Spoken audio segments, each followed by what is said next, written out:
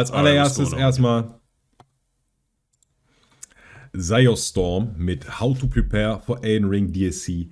Das gucken wir uns noch an, weil Elden Ring DLC werden wir auch definitiv on-stream spielen und das werde ich vor allem blind on-stream spielen mit meinem Kriegerbild. Da bin ich schon sehr gespannt drauf.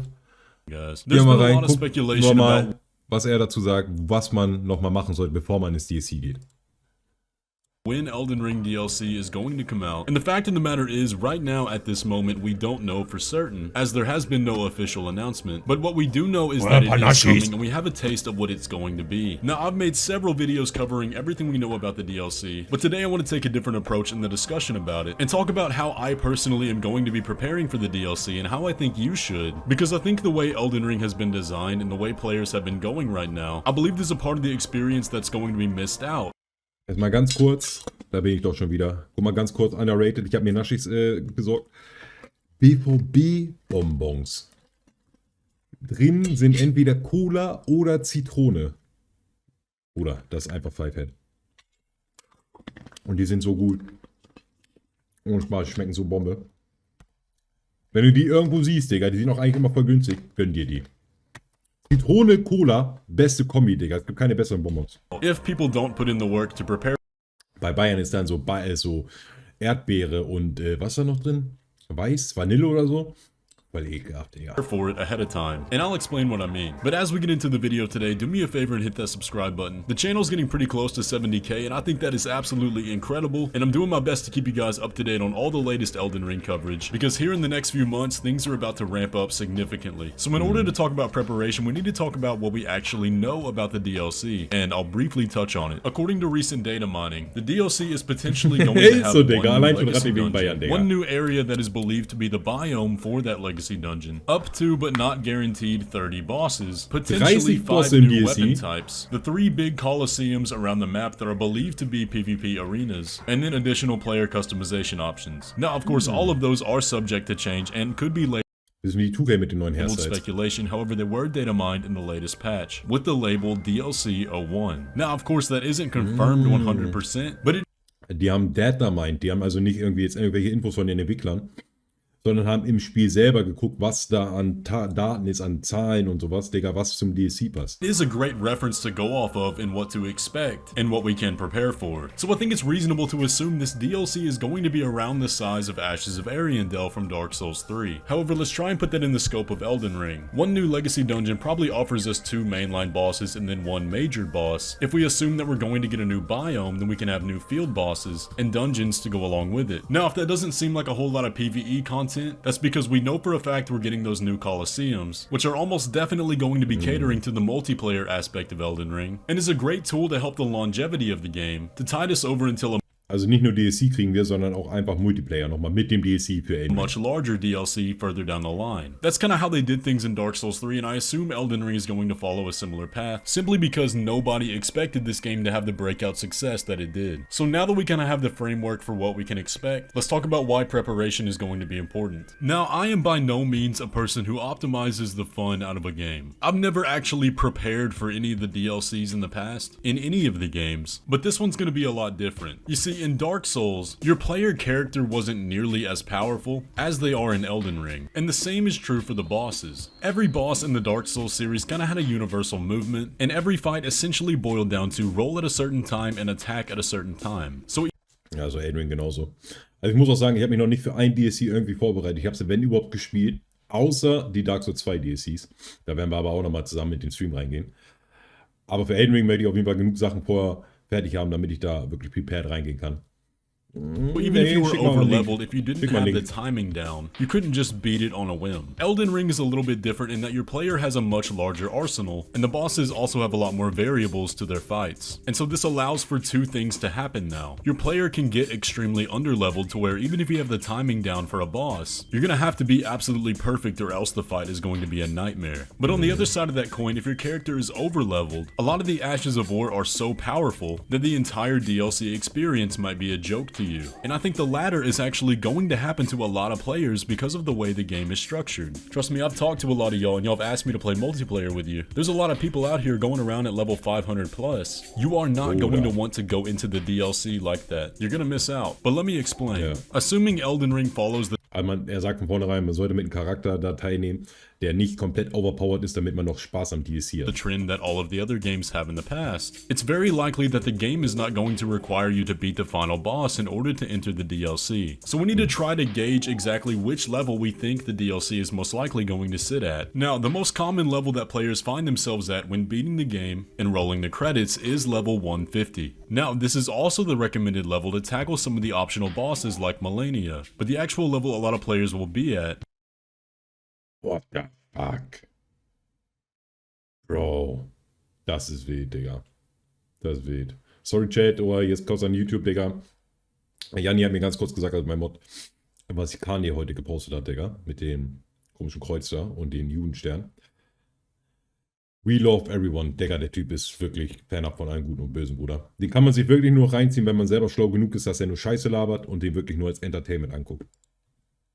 When they beat Fire Giant and get to Farum Azula, and at that point having access to the entire map, is roughly 110 to 130. So my personal recommendation for what level you should be when you're trying to access the DLC for the first time is gonna fall somewhere in the middle of that range. Now of course co-op kinda throws a wrench in that, because having a partner makes fights significantly easier and you can tackle them at a much lower level. But if you're gonna be rolling this solo, I'd say around 120 to 150. Now here's what we also need to consider. If the DLC is accessible at a much earlier point than that, it's typical From Software fashion to make some of the DLC bosses the hardest in the series and in the entire game. So even if the recommended level for that boss fight in the DLC is around 75 or 100, I'm sure it's still going to be plenty hard. But personally, I would not recommend leveling over that, and I have a couple reasons of why that is. Number one, you can always gain more levels, but you can never take them away. And staying at a relatively mid level allows for a few things to happen. Remember how I said it was data mined that there's going to be new weapon types? If you find one in the DLC that you really like but doesn't fit your build, you should allow yourself some room to spec into that if you want to without being significantly over leveled. In Elden Ring, it is extremely easy to farm runes. I mean, you can get over 1 million in under 10 minutes just by going to Mogwin Palace. And if you want to add a couple levels without sacrificing the build you already have by using a larval tier, it's going to be a super easy thing to do. And that'll still allow the DLC to have that challenge that you want it to. But of course, if you're somebody that wants to go in at level 500 in full bull goat and steamroll literally everything in your path, then hey, more power to you. But that's not how I like to play, and I wouldn't recommend it to other people. But there's an even bigger reason why you're going to want to stay in that 120 to 150 level range. Remember how I said this DLC is probably going to have a very big PvP focus? The meta level for 1v1 duels, which the arenas are likely going to host, is 120 to 150. Now yes, those are arbitrarily placed parameters that the game does not specify, however that is the naturally occurring level where the most matchmaking is going to occur, at least on the data I've collected and from people I've talked to. Now if you're somebody that doesn't care about PvP at all, I think this is still going to be very important to you and you may want to reconsider trying it out. And there's quite a few reasons of why that is. Number one, there is likely going to be content that is locked behind these arenas. In the cut content of Elden Ring, there are quite a few armor sets that were at one point believed to be tied to the arenas. Now I am not a data miner, so I can't 100% prove that that's true, but I've heard it so many times that there has to be some validity to it. And if the ranking system for the arenas behaves anything like the covenants from past games, then there is likely to be more than just armor locked behind those rank ups. Now there's always been a way to get those without online play, but at the moment I haven't seen any evidence for that within the files of Elden Ring. But another point to go along with that is we simply don't know exactly what the arenas are going to be. It could be like the undead matches of Dark Souls 3 that introduce new modes to the game that we've never seen in the series before. For example, in the files, there's signs of enemies that are going to be inhabiting these arenas. And so the speculated idea is that perhaps there's going to be a mode in these arenas where you have a 1v1 duel in the presence of enemies. So again, even if you're somebody that does not enjoy PvP whatsoever, I think it would be wise to keep that meta level available to you, so that if when the DLC comes out and these arenas turn out to be something incredible, you still have that option available to you to play at the optimum matchmaking without having to start a new character and play all the way through the game again. Now of course we don't actually know exactly what they're going to be, and there is still matchmaking at those really high levels, but this is just what I'm going to be doing and what I'm expecting based off of the evidence I've seen and the people I've talked to. Now if you're somebody that's really into PvP, something you may want to try as well is getting a character in the 50 to 75 range, because some of the lower level duels are a lot of fun, and I'm keeping a low level character on the back burner just in case I end up wanting to grind that character up through the ranks instead. The common consensus in... Das ist schlau, Digga. Also er hat gerade gesagt, dass er sich selber noch einen Charakter aufhebt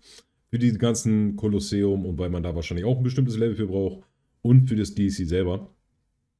Aber er auf jeden Fall mehrere Charaktere von vornherein stark klar haben wird. Speculation that I believe is that an Elden Ring DLC trailer is likely going to be at the Game Awards on December 8th, and my hunch is that it will be released in January. So based on that, we got about a month of preparation before the DLC drops. So it's plenty of time to get a character ready to tackle absolutely everything that it has to offer, and everything I've said in this video is exactly what I'm going to be doing. Now, I know it's been a lot of speculation, a lot of assumptions and guessing, but this is all based on evidence found within the files of the game that already exist, and the patterns that From Software has implemented in the past. Of course, we're not going to know anything until the DLC actually drops, but I do strongly believe that staying in the level range of 120 to 150 is going to be the safest route of action, and keeping a build that is good in both PvE and PvE is going to allow you to get the most out of this DLC, no matter what happens. But that's all just my Ich finde das auch komplett übertrieben, wie die Leute da reingehen. opinion on it. Let me know what you think down in the comments below. If you enjoyed this video, be sure to leave a like on it and subscribe if you're new.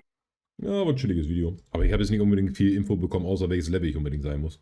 Aber ich gerade nochmal sagen wollte, es gibt so viele Leute in Elden Ring, denen die normale Story nicht reicht. Und dann sage ich auch zu dir, Bruder, dann hast du auch echt was falsch gemacht. Also auch Dark Souls und so, weil die normale Story, das normale Base-Game, hat so viel drin, dass es auf jeden Fall reichen sollte. Aber es gibt immer noch Leute, die halt die PvP spielen müssen und da Leuten den Tag versauen müssen, Digga. Und wenn das in Elden Ring und Dark Souls nicht gut läuft, dann ist das Spiel gleich schlecht. Was ich auch immer ein ziemlich hartes Urteil finde, weil PvP und Base Game Dark Souls sind immer zwei komplett verschiedene Schuhe. I hope most of the focus is on the new Legacy Dungeon. Legacy Dungeons were the best aspect of the game by my... Sind ja auch die Hauptdungeons, ne? Was willst du sagen?